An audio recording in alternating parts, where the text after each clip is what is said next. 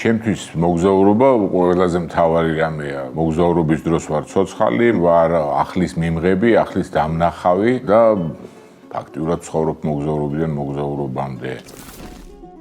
ამას წინათ წავედი, მე მგონი ჩემი ცხოვრების თავად მოგზაურობაში, პერუში, იმიტომ რომ წავედი იქ, სადაც ყველაზე მეტად მინდოდა ბოლო 30 წელი წასვლა და კიდევ უფრო მაგარი აღმოჩნდა, ვიდრე მე მოველოდი. რაღაცები დაკარგა ჩემმა მოგზაურობამ, მას მერე რაც აპარატის ვიზირში ვიყურები, მაგრამ რაღაცა თავარი შეიძინა კიდევაც. არ მიმუშავია ესე კარგად როგორც ფოტოგრაფს არასდროს მანამდე, იმიტომ რომ ვიცოდი აი იქ ვარ, სადაც მინდა და შეიძლება მეტი არასდროს ვეღარ მოხვდე.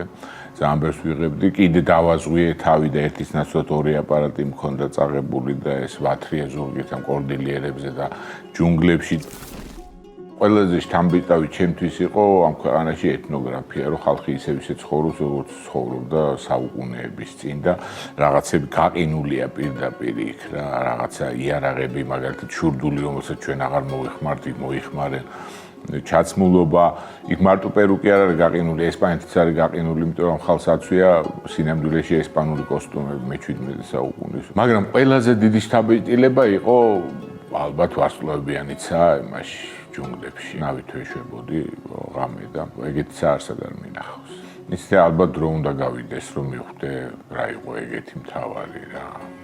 ყოველთვის მოგზაურობა საკუთარ თავთან მარტოობაა და ის მარტოობა, რომელიც ძალიან გჭირდება. ალბათ რაღაც გაფართოებული ჰორიზონტი, მეტი არაფერი რა.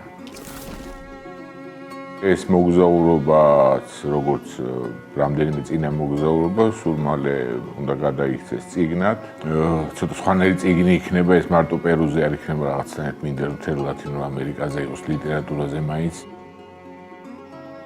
ჩემი მოგზაურობის დროს აუცილებლად მაგ ხოლმე ეს არ უნდა იყოს სულ ადგილიდან ადგილზე გადასვლა, სირბილი, მარტო მოძრაობა, უნდა იყოს რაღაც ადგილი, სადაც დავბრუნდები და სულს მოვითხოვ და ეგეთი ადგილი მქონდა ქალაქი კუსკო, პერუში, ინკების დედაქალაქი, აბსოლუტურად გადასარევი ადგილი იქიდან საერთოდ რო არ გავსულიყავ, ის უკვე ცალკე სამყარო იყო. ამიტომ მგონია რომ ჩემ თავარ მოგზაურობაში ვიყავი, მაგრამ იმედი მაქვს რომ კიდე წინ მაქვს რაღაც მოგზაურობა.